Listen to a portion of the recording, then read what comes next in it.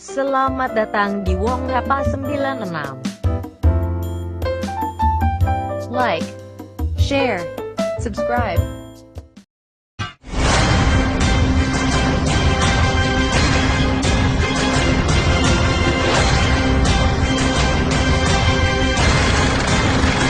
Perang berkobar karena keserakahan dan hawa nafsu manusia. Demi harta, kekuasaan, dan gengsi, manusia rela menumpahkan darah saudaranya.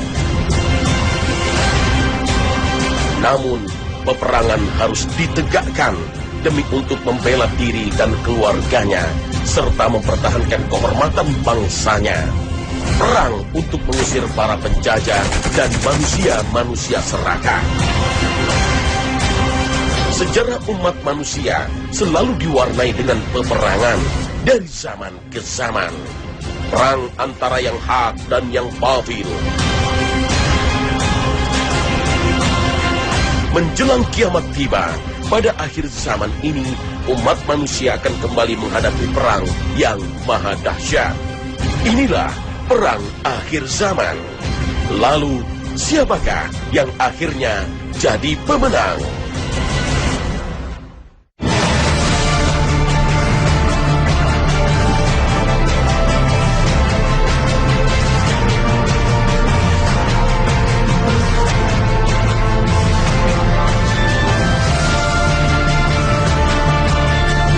Assalamualaikum warahmatullahi wabarakatuh.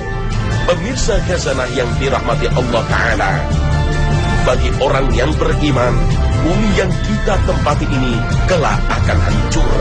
Bahkan alam semesta ini juga akan menemui kehancurannya.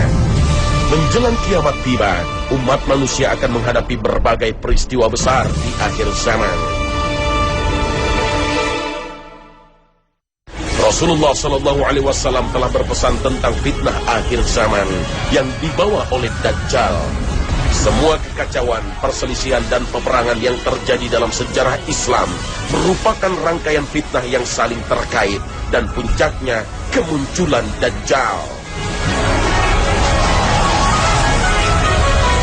Sungguh fitnah yang terjadi di antara kalian lebih aku takuti dari fitnah Dajjal.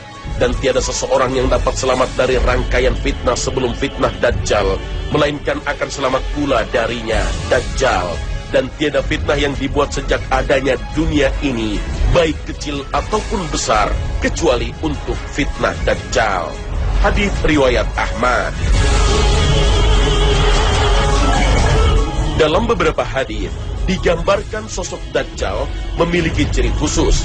Pada dahinya tertulis sebuah kalimat dalam huruf Arab, yaitu kafara, yang berarti kafir. Namun tulisan ini tak bisa dibaca oleh semua umat manusia. Hanya kaum yang beriman yang mampu membacanya. Dajjal merupakan cobaan paling besar yang menimpa manusia di dunia, sebagaimana yang dijelaskan oleh Rasulullah dalam sabdanya. Wahai manusia, sesungguhnya tidak ada makhluk di muka bumi ini sejak Allah menciptakan Adam sampai hari kiamat yang fitnahnya lebih besar daripada Dajjal. Hadits riwayat Muslim. Inilah akhir pertarungan antara yang hak dan batil. Menjelang kiamat tiba, Dajjal yang didukung 70.000 Yahudi Isfahan ini akan menebar teror dan bencana ke semua penjuru dunia. Tak ada yang terlewat kecuali Mekah dan Madinah, karena dijaga oleh para malaikat. Semua peristiwa besar ini sudah tercatat dalam nubuat akhir zaman yang disampaikan oleh Rasulullah.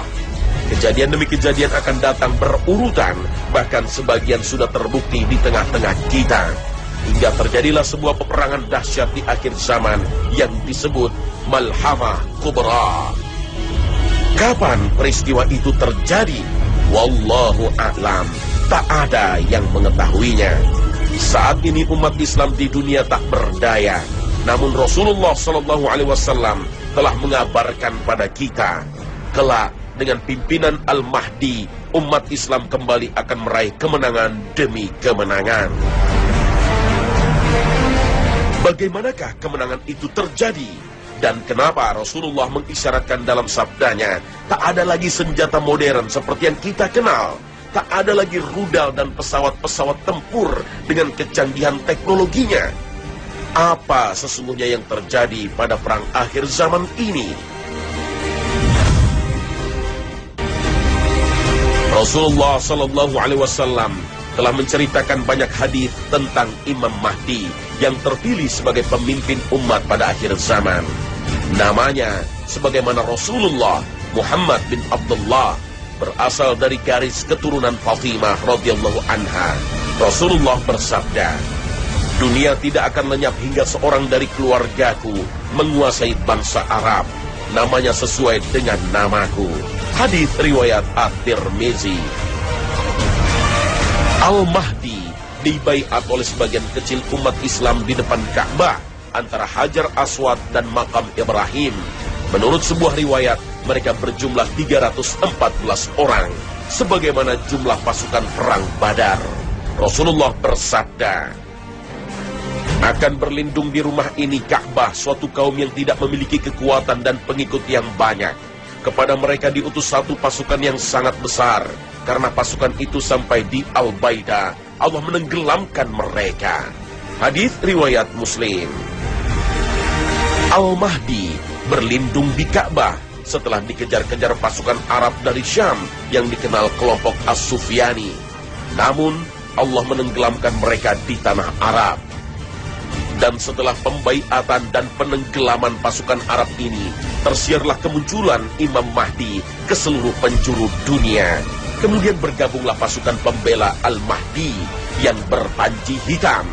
Mereka disebut juga dengan Taifah Mansyurah.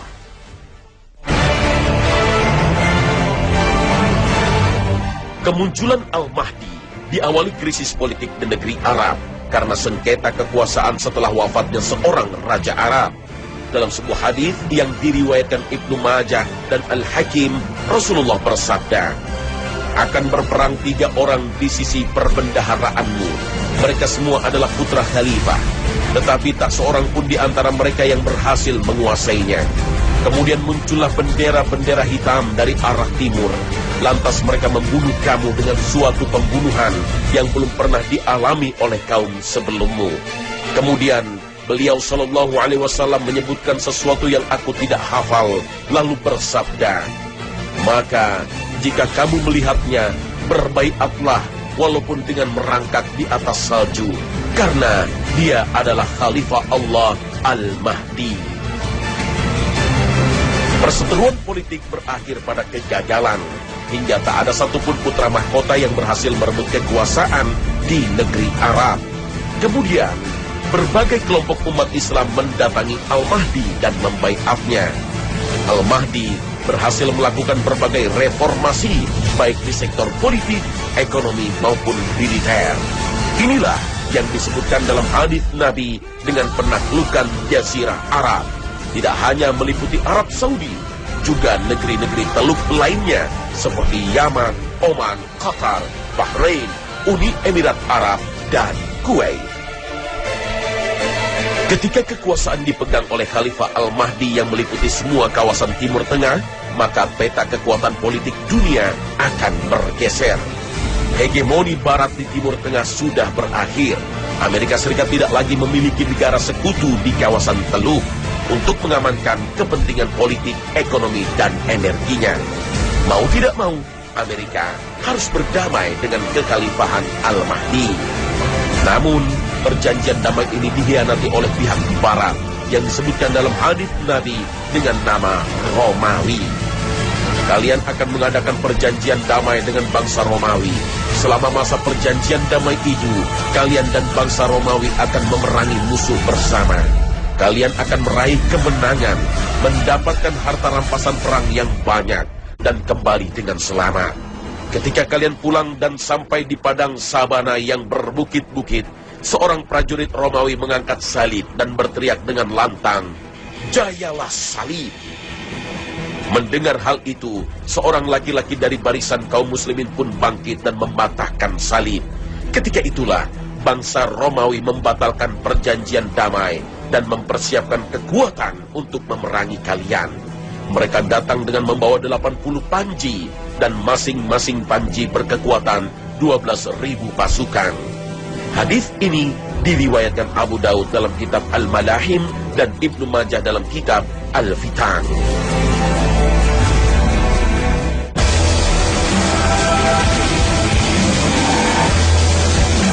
Minyak bumi menjadi kebutuhan dasar bagi perekonomian dan industri di Amerika dan Eropa.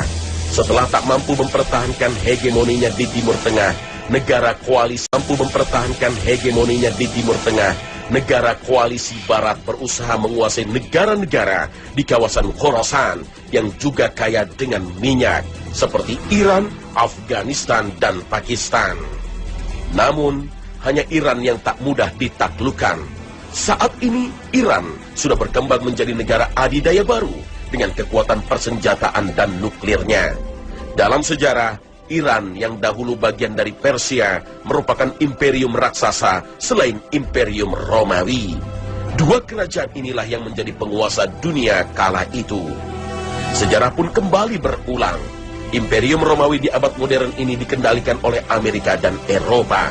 Sementara imperium Persia di bawah kendali Iran yang berkoalisi dengan Cina, Korea, dan Rusia. Berdasarkan keterangan hadis Nabi, Imperium Romawi Barat membangun koalisi dengan pasukan Islam untuk menggempur dan menaklukkan Persia. Namun, peperangan memiliki motif yang berbeda. Imam Mahdi dan pasukannya berperang untuk menegakkan tauhid dan menghancurkan kekufuran. Sedangkan Romawi berperang dengan motif ekonomi untuk menguasai sumber daya alam. Imperium Romawi yang awalnya menjadi kawan koalisi berbalik menjadi musuh dan mengkhianati perjanjian damai. Maka berkobarlah peperangan besar yang disebut Al-Malhamah Al-Kubra yang menjadi pembuka munculnya Dajjal laknatullah. Semua kekuatan dunia akan kembali dikuasai Islam. Setelah Imperium Persia ditaklukkan, giliran Imperium Romawi yang juga tunduk di bawah kekuasaan Khalifah Al-Mahdi, seperti ditunjukkan dalam sabda Rasulullah, "Kamu akan memerangi semenanjung Arabia, lalu Allah akan menaklukkannya untukmu. Setelah itu Persia, di mana Allah akan menaklukkannya untukmu. Kemudian Rom, di mana Allah akan menaklukkannya untukmu. Kemudian kamu memerangi Dajjal, di mana Allah akan menaklukkannya untukmu." Hadis riwayat Muslim, Ahmad, dan Ibnu Majah. Penaklukan Al-Mahdi berlanjut hingga menguasai Cina dan negara-negara yang memiliki ras yang sama. Inilah mungkin yang dimaksud dengan suku Khuz dan Karman dalam hadis Nabi. Tidak akan datang hari kiamat sehingga kalian memerangi suku Khuz dan Karman dari kalangan Azam, non-Arab, yang wajahnya kemerah-merahan, pesek hidungnya, sipit matanya, dan mukanya seperti perisai yang lengkung. Hadis riwayat Bukhari.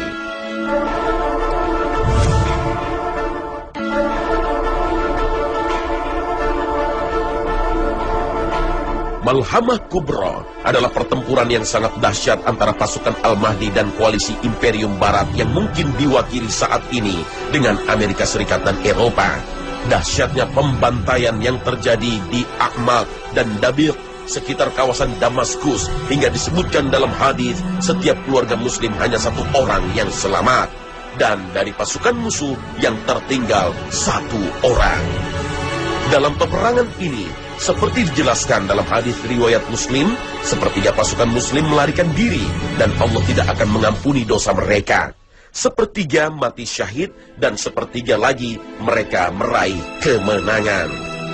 Salah satu pencetus perang besar ini karena banyaknya bangsa Romawi yang memeluk Islam hingga mereka akhirnya memutuskan perjanjian damai dengan umat Islam di bawah pimpinan Khalifah Al-Mahdi.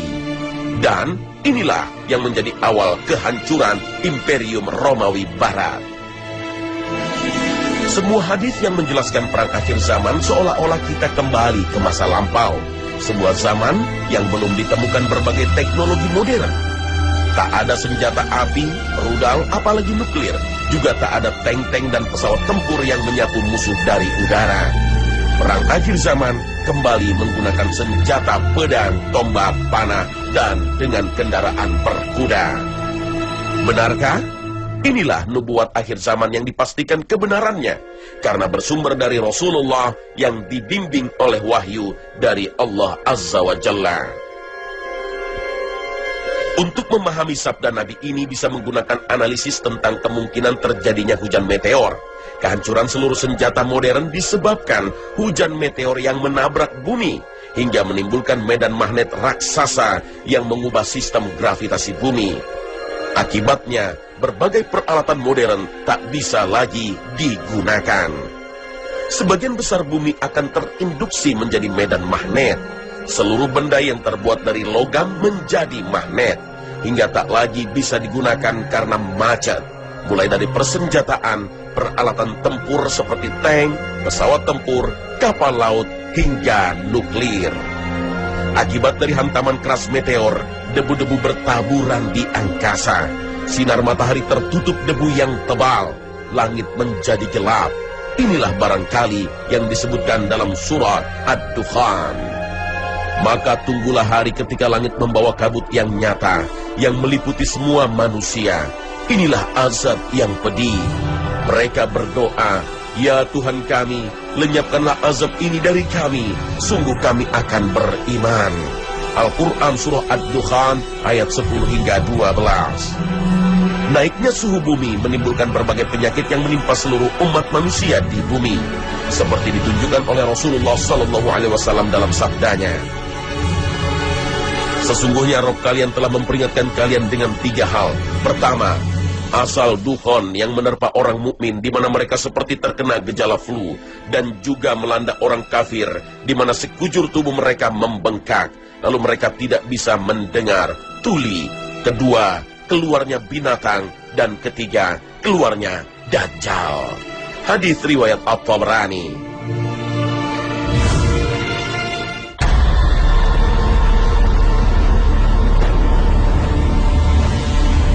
Kekalahan kekuatan Barat menjadi jalan pembuka bagi Al-Mahdi dan pasukannya untuk menguasai Yerusalem dan membebaskannya dari Israel. Kekalahan bangsa Yahudi banyak disebutkan dalam hadis Nabi. Diriwayatkan dari Ibnu Umar, Rasulullah bersabda, "Kalian benar-benar akan memerangi bangsa Yahudi, maka kalian benar-benar akan membunuh mereka hingga batu pun berkata. Kalian benar-benar akan memerangi bangsa Yahudi, maka kalian benar-benar akan membunuh mereka hingga batu pun berkata, 'Wahai Muslim, inilah Yahudi di belakangku, kemarilah dan bunuhlah ia.'" Hadis riwayat Bukhari Muslim. Seluruh bumi Syam akhirnya kembali ke pangkuan Islam di bawah kepemimpinan Al-Mahdi. Kekuasaannya makin kokoh, membentang dari Samudra Hindia di sebelah selatan hingga perbatasan Turki di sebelah utara. Dari Iran dan Irak di sebelah timur membentang hingga Laut Merah dan terusan Suez di sebelah barat. Kini Al-Mahdi adalah seorang khalifah yang agung dengan wilayah kekuasaannya yang luas, pasukannya yang besar dan tangguh, serta rakyatnya yang taat menjalankan syariat Allah. Al-Aqsa akhirnya menjadi pusat kekhalifahan Al-Mahdi. Posisinya strategis karena bisa menangkis serangan musuh yang datang dari 3 arah. Arah barat dari Mesir dan Afrika, arah utara dari Turki, Eropa, dan Rusia, dan arah timur dari India, Cina, dan negara-negara sekitarnya. Pada akhir zaman, umat Islam dari berbagai penjuru dunia akan berbondong-bondong hijrah ke Baitul Maqdis, seperti diisyaratkan dalam sabda Nabi. Akan terjadi hijrah setelah hijrah, maka sebaik-baiknya penduduk bumi hanya orang-orang yang mendiami tempat hijrah Ibrahim, lalu yang tersisa di muka bumi hanya orang-orang yang jahat. Bumi menolak mereka, Allah menganggap mereka kotor, dan api akan menggiring mereka bersama para kera dan babi. Hadis riwayat Abu Daud dan Ahmad. Kaum yang hijrah ke Palestina, merekalah yang menjadi pembela Al-Mahdi, sebagaimana yang disebutkan oleh Rasulullah. Akan ada sekelompok umatku yang berada di jalan kebenaran, mengalahkan musuh-musuhnya, dan orang-orang yang memusuhi mereka tidak akan mampu menimpakan bahaya terhadap mereka. Demikianlah keadaannya sampai akhirnya datang urusan Allah. Para sahabat bertanya, "Wahai Rasulullah, di manakah kelompok itu?" Maka Rasulullah menjawab, mereka berada di Baitul Maqdis dan pelataran Baitul Maqdis. Hadis riwayat At-Tabrani. Kekuatan umat Islam makin besar dan kekuasaannya makin meluas. Setelah Yerusalem dikuasai Al-Mahdi, musuh-musuh Islam makin gentar. Dengan mudah, Konstantinopel ditaklukkan umat Islam. Begitu pula Vatikan Roma, penaklukan yang hanya diiringi gema takbir dan tahlil. Begitulah nubuat akhir zaman yang disampaikan oleh Rasulullah SAW. Namun perang rupanya belum berakhir. Musuh utama akhir zaman belum muncul. Dan saat Al-Mahdi menjadi penguasa dunia, begitu juga Dajjal masih misteri.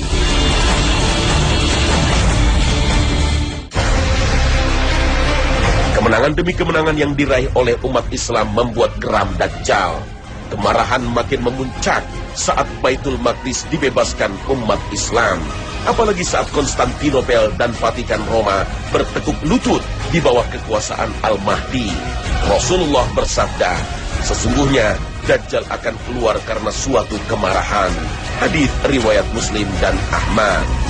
Saat itu, Dajjal yang misterius tengah mempersiapkan pembalasan terhadap umat Islam. Dajjal tengah menanti waktu yang tepat untuk menyerang dan menghancurkan umat Islam. Sebelum Dajjal keluar, manusia tertimpa 3 paceklik yang dahsyat sehingga mereka mengalami kelaparan. Allah memerintahkan langit di tahun pertama untuk menahan sepertiga hujan, memerintahkan bumi untuk menahan sepertiga tumbuhannya. Pada tahun kedua, Allah memerintahkan langit untuk menahan 2/3 hujannya dan tanah untuk menahan 2/3 tanamannya. Selanjutnya pada tahun ketiga, Allah memerintahkan langit menahan semua hujannya. Tak ada yang turun 1 tetes pun. Dan memerintahkan tanah untuk menahan semua tumbuh-tumbuhan. Dajjal akan diikuti oleh 70.000 Yahudi Isfahan yang menebarkan berbagai fitnah. Ia bisa membunuh manusia, kemudian menghidupkannya kembali, mendatangkan hujan, dan membawa banyak harta. Rasulullah telah mengingatkan, sungguh Dajjal akan keluar, dan bersamanya ada air dan api. Apa yang dilihat manusia air sebenarnya adalah api yang membakar. Apa yang dilihat manusia api sesungguhnya adalah air minum dingin yang segar. Barang siapa di antara kalian yang mendapatinya, hendaknya memilih yang dilihatnya api, karena itu adalah air segar yang baik. Hadis riwayat Muslim. Untuk melawan Dajjal, Allah Ta'ala menurunkan Nabi Isa alaihissalam untuk mendampingi Imam Mahdi. Dalam sebuah hadis, Nabi Isa akan turun di Menara Putih di Damaskus. Dalam hadis lain disebutkan, ia mengenakan 2 potong baju yang dicelup ja'faran dan wars, dengan meletakkan kedua telapak tangan di atas sayap-sayap 2 malaikat. Jika ia menundukkan kepalanya akan menetes. Jika dia mengangkatnya, turunlah air seperti mutiara. Maka tidak ada seorang kafir pun yang mencium aroma nafasnya, kecuali dia pasti mati, dan nafasnya tercium dari jarak sejauh pandangannya. Saat turun, Nabi Isa ikut mendirikan sholat bersama Imam Mahdi. Imam Mahdi kemudian berkata, majulah wahai Ruhullah, jadilah imam. Namun Nabi Isa menjawab, tidak, di antara kalian ada pemimpin yang telah dimuliakan oleh Allah dalam umat ini. Dajjal bersama pasukan Yahudi akhirnya berhasil dikalahkan. Dikisahkan dalam sebuah hadis riwayat Imam Muslim, ketika Dajjal melihat Nabi Isa, melelehlah tubuhnya sebagaimana garam meleleh di air. Seandainya dibiarkan, niscaya akan meleleh hingga binasa. Akan tetapi, Allah membunuhnya melalui tangan Nabi Isa dengan memperlihatkan darahnya kepada mereka. Nabi Isa akan menetap di bumi selama 40 tahun untuk menegakkan keadilan dan kemakmuran. Dan sebelum wafat, Nabi Isa akan menunaikan ibadah haji sebagaimana sabda Nabi. Demi zat yang diriku berada di tangannya, sesungguhnya Ibnu Maryam akan mengucapkan tahlil dengan berjalan kaki untuk melaksanakan haji atau umrah atau kedua-duanya dengan serentak. Hadis riwayat Ahmad dan Muslim. Setelah itu dunia akan diliputi keamanan dan kedamaian. Nabi Isa akan hidup di bumi selama 24 tahun menegakkan keadilan dan kedamaian. Dalam hadis lain disebutkan selama 40 tahun. Nabi Isa kemudian wafat dan dimakamkan di samping makam Rasulullah Sallallahu Alaihi Wasallam.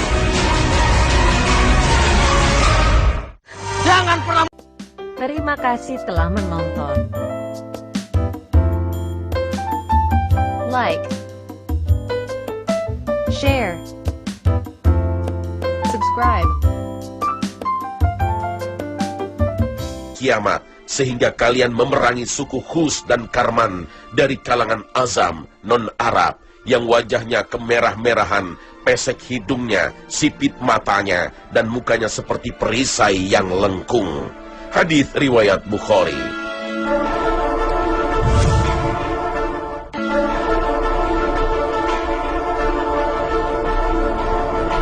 Malhamah Kubra adalah pertempuran yang sangat dahsyat antara pasukan Al-Mahdi dan koalisi Imperium Barat yang mungkin diwakili saat ini dengan Amerika Serikat dan Eropa. Dahsyatnya pembantaian yang terjadi di Ahmad dan Dabiq sekitar kawasan Damaskus, hingga disebutkan dalam hadis setiap keluarga muslim hanya satu orang yang selamat, dan dari pasukan musuh yang tertinggal satu orang. Dalam peperangan ini, seperti dijelaskan dalam hadis riwayat Muslim, sepertiga pasukan Muslim melarikan diri dan Allah tidak akan mengampuni dosa mereka. Sepertiga mati syahid dan sepertiga lagi mereka meraih kemenangan. Salah satu pencetus perang besar ini karena banyaknya bangsa Romawi yang memeluk Islam, hingga mereka akhirnya memutuskan perjanjian damai dengan umat Islam di bawah pimpinan Khalifah Al-Mahdi. Dan inilah yang menjadi awal kehancuran Imperium Romawi Barat. Semua hadis yang menjelaskan perang akhir zaman seolah-olah kita kembali ke masa lampau. Sebuah zaman yang belum ditemukan berbagai teknologi modern. Tak ada senjata api, rudal, apalagi nuklir. Juga tak ada tank-tank dan pesawat tempur yang menyapu musuh dari udara. Perang akhir zaman kembali menggunakan senjata pedang, tombak, panah, dan dengan kendaraan berkuda. Benarkah? Inilah nubuat akhir zaman yang dipastikan kebenarannya, karena bersumber dari Rasulullah yang dibimbing oleh wahyu dari Allah Azza wa Jalla. Untuk memahami sabda Nabi ini bisa menggunakan analisis tentang kemungkinan terjadinya hujan meteor. Kehancuran seluruh senjata modern disebabkan hujan meteor yang menabrak bumi, hingga menimbulkan medan magnet raksasa yang mengubah sistem gravitasi bumi. Akibatnya, berbagai peralatan modern tak bisa lagi digunakan. Sebagian besar bumi akan terinduksi menjadi medan magnet. Seluruh benda yang terbuat dari logam menjadi magnet, hingga tak lagi bisa digunakan karena macet. Mulai dari persenjataan, peralatan tempur seperti tank, pesawat tempur, kapal laut, hingga nuklir. Akibat dari hantaman keras meteor, debu-debu bertaburan di angkasa. Sinar matahari tertutup debu yang tebal. Langit menjadi gelap. Inilah barangkali yang disebutkan dalam surat Ad-Dukhan. Maka tunggulah hari ketika langit membawa kabut yang nyata, yang meliputi semua manusia. Inilah azab yang pedih. Mereka berdoa, "Ya Tuhan kami, lenyapkanlah azab ini dari kami. Sungguh kami akan beriman." Al-Quran Surah Ad-Dukhan ayat 10 hingga 12. Naiknya suhu bumi menimbulkan berbagai penyakit yang menimpa seluruh umat manusia di bumi, seperti ditunjukkan oleh Rasulullah SAW dalam sabdanya. Sesungguhnya Rabb kalian telah memperingatkan kalian dengan 3 hal. Pertama, asal dukhon yang menerpa orang mukmin, di mana mereka seperti terkena gejala flu, dan juga melanda orang kafir, di mana sekujur tubuh mereka membengkak, lalu mereka tidak bisa mendengar, tuli. Kedua, keluarnya binatang, dan ketiga, keluarnya Dajjal. Hadis riwayat At-Tabrani.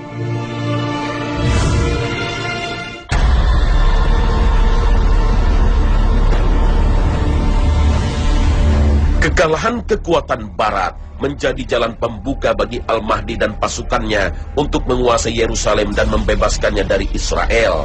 Kekalahan bangsa Yahudi banyak disebutkan dalam hadis Nabi. Diriwayatkan dari Ibnu Umar, Rasulullah bersabda, "Kalian benar-benar akan memerangi bangsa Yahudi, maka kalian benar-benar akan membunuh mereka hingga batu pun berkata. Kalian benar-benar akan memerangi bangsa Yahudi, maka kalian benar-benar akan membunuh mereka hingga batu pun berkata, 'Wahai Muslim, inilah Yahudi di belakangku, kemarilah dan bunuhlah ia. Hadis riwayat Bukhari Muslim. Seluruh bumi Syam akhirnya kembali ke pangkuan Islam di bawah kepemimpinan Al-Mahdi. Kekuasaannya makin kokoh, membentang dari Samudra Hindia di sebelah selatan hingga perbatasan Turki di sebelah utara. Dari Iran dan Irak di sebelah timur membentang hingga Laut Merah dan terusan Suez di sebelah barat. Kini Al-Mahdi adalah seorang khalifah yang agung dengan wilayah kekuasaannya yang luas, pasukannya yang besar dan tangguh, serta rakyatnya yang taat menjalankan syariat Allah. Al-Aqsa akhirnya menjadi pusat kekhalifahan Al-Mahdi. Posisinya strategis karena bisa menangkis serangan musuh yang datang dari 3 arah. Arah barat dari Mesir dan Afrika, arah utara dari Turki, Eropa dan Rusia, dan arah timur dari India, Cina, dan negara-negara sekitarnya. Pada akhir zaman, umat Islam dari berbagai penjuru dunia akan berbondong-bondong hijrah ke Baitul Maqdis seperti diisyaratkan dalam sabda Nabi. Akan terjadi hijrah setelah hijrah, maka sebaik-baiknya penduduk bumi hanya orang-orang yang mendiami tempat hijrah Ibrahim, lalu yang tersisa di muka bumi hanya orang-orang yang jahat. Bumi menolak mereka, Allah menganggap mereka kotor, dan api akan menggiring mereka bersama para kera dan babi. Hadis riwayat Abu Daud dan Ahmad. Kaum yang hijrah ke Palestina, merekalah yang menjadi pembela Al-Mahdi, sebagaimana yang disebutkan oleh Rasulullah. Akan ada sekelompok umatku yang berada di jalan kebenaran, mengalahkan musuh-musuhnya, dan orang-orang yang memusuhi mereka tidak akan mampu menimpakan bahaya terhadap mereka. Demikianlah keadaannya sampai akhirnya datang urusan Allah. Para sahabat bertanya, "Wahai Rasulullah, di manakah kelompok itu?" Maka Rasulullah menjawab, "Mereka berada di Baitul Maqdis dan pelataran Baitul Maqdis." Hadis riwayat At-Tabrani. Kekuatan umat Islam makin besar dan kekuasaannya makin meluas. Setelah Yerusalem dikuasai Al-Mahdi, musuh-musuh Islam makin gentar. Dengan mudah, Konstantinopel ditaklukkan umat Islam. Begitu pula Vatikan Roma. Penaklukan yang hanya diiringi gema takbir dan tahlil. Begitulah nubuat akhir zaman yang disampaikan oleh Rasulullah SAW. Namun perang rupanya belum berakhir. Musuh utama akhir zaman belum muncul. Dan saat Al-Mahdi menjadi penguasa dunia, begitu juga Dajjal masih misteri.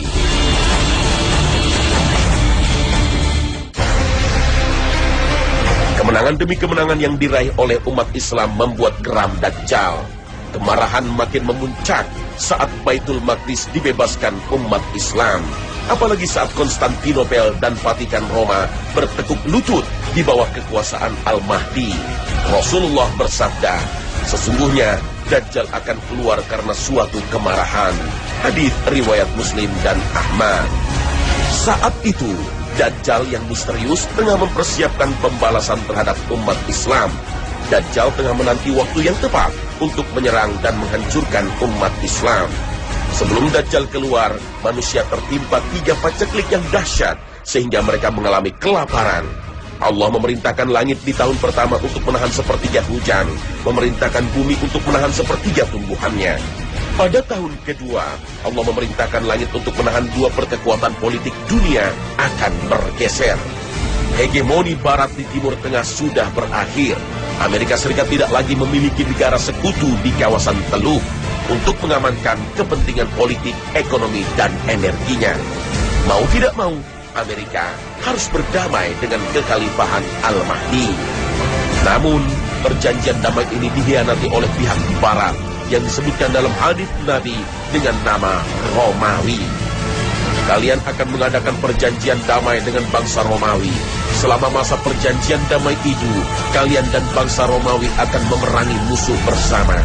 Kalian akan meraih kemenangan, mendapatkan harta rampasan perang yang banyak, dan kembali dengan selamat.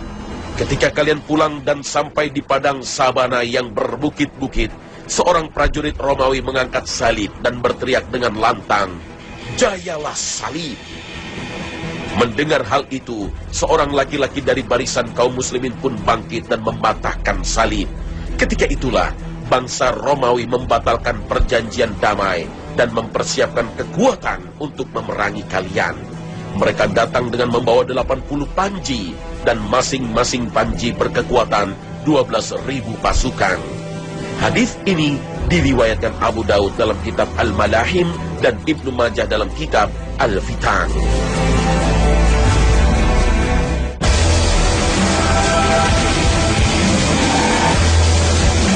Minyak bumi menjadi kebutuhan dasar bagi perekonomian dan industri di Amerika dan Eropa.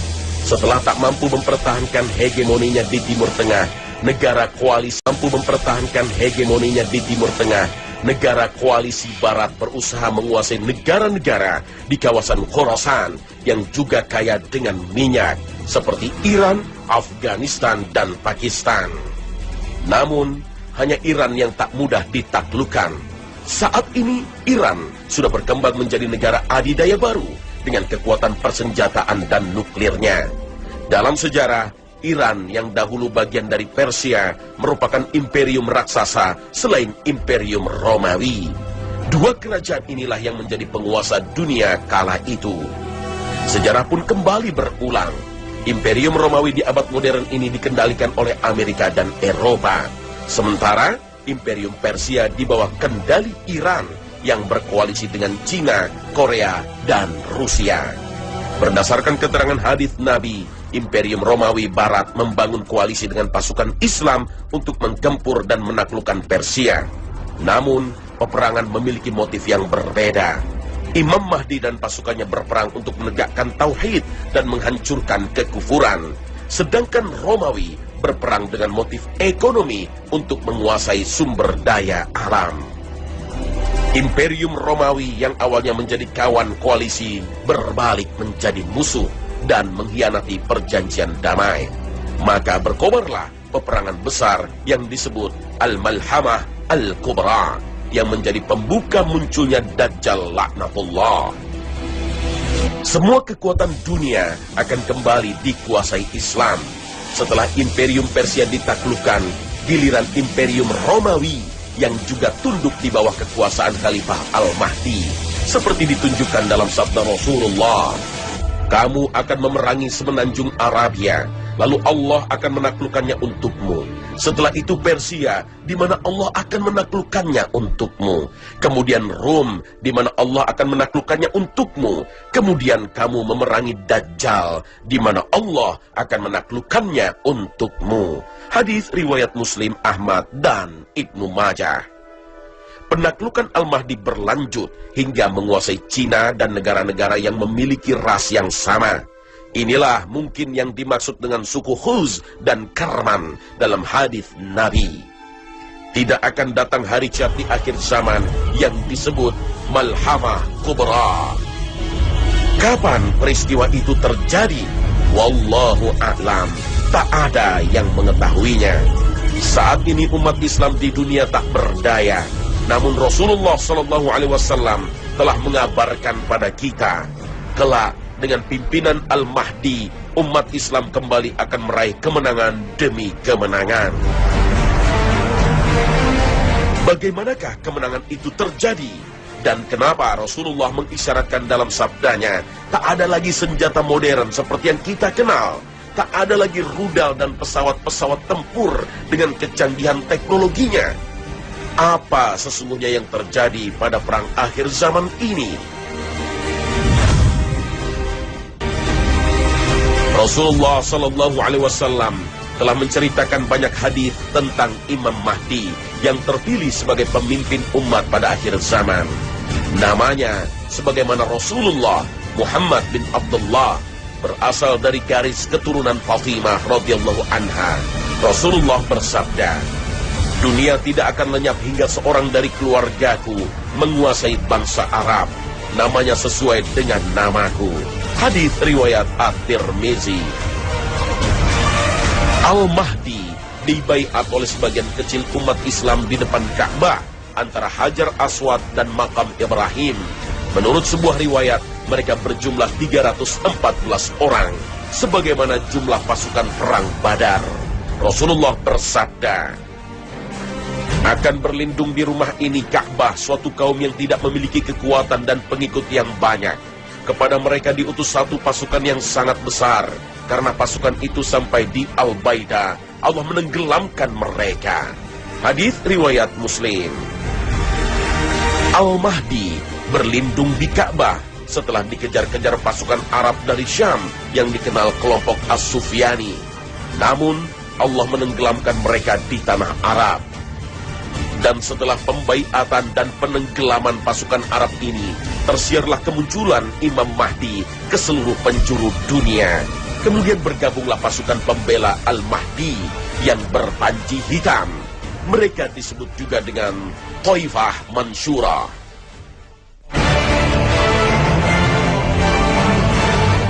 Kemunculan Al-Mahdi diawali krisis politik di negeri Arab karena sengketa kekuasaan setelah wafatnya seorang raja Arab. Dalam sebuah hadis yang diriwayatkan Ibnu Majah dan Al-Hakim, Rasulullah bersabda, akan berperang 3 orang di sisi perbendaharaanmu.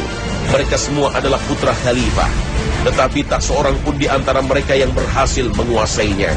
Kemudian muncullah bendera-bendera hitam dari arah timur. Lantas mereka membunuh kamu dengan suatu pembunuhan yang belum pernah dialami oleh kaum sebelummu. Kemudian beliau sallallahu alaihi wasallam menyebutkan sesuatu yang aku tidak hafal, lalu bersabda, maka jika kamu melihatnya, berbaiatlah walaupun dengan merangkak di atas salju, karena dia adalah Khalifah Allah Al-Mahdi. Perseteruan politik berakhir pada kegagalan, hingga tak ada satupun putra mahkota yang berhasil merebut kekuasaan di negeri Arab. Kemudian, berbagai kelompok umat Islam mendatangi Al-Mahdi dan membaiatnya. Al-Mahdi berhasil melakukan berbagai reformasi, baik di sektor politik, ekonomi, maupun militer. Inilah yang disebutkan dalam hadis Nabi dengan penaklukan Jazirah Arab. Tidak hanya meliputi Arab Saudi, juga negeri-negeri Teluk lainnya seperti Yaman, Oman, Qatar, Bahrain, Uni Emirat Arab, dan Kuwait. Ketika kekuasaan dipegang oleh Khalifah Al-Mahdi yang meliputi semua kawasan Timur Tengah, maka peta... Selamat datang di Wong Rapa 96. Like, share, subscribe.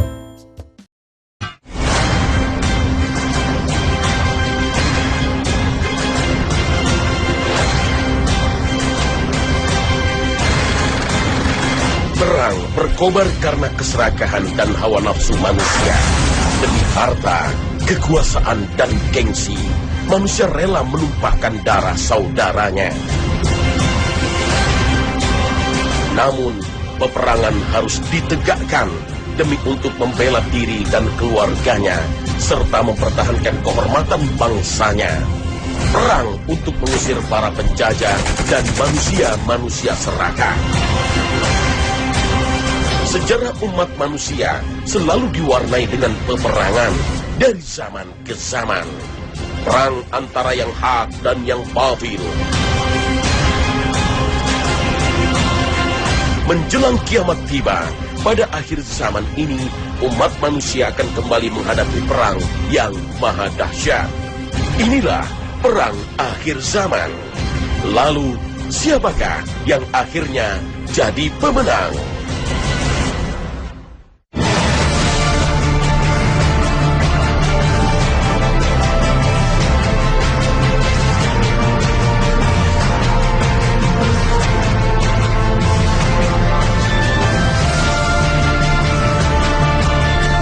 Assalamualaikum warahmatullahi wabarakatuh. Pemirsa khazanah yang dirahmati Allah Ta'ala, bagi orang yang beriman, bumi yang kita tempati ini kelak akan hancur. Bahkan alam semesta ini juga akan menemui kehancurannya. Menjelang kiamat tiba, umat manusia akan menghadapi berbagai peristiwa besar di akhir zaman. Rasulullah SAW telah berpesan tentang fitnah akhir zaman yang dibawa oleh Dajjal. Semua kekacauan, perselisihan, dan peperangan yang terjadi dalam sejarah Islam merupakan rangkaian fitnah yang saling terkait, dan puncaknya kemunculan Dajjal. Sungguh fitnah yang terjadi di antara kalian lebih aku takuti dari fitnah Dajjal. Dan tiada seseorang yang dapat selamat dari rangkaian fitnah sebelum fitnah Dajjal, melainkan akan selamat pula darinya Dajjal.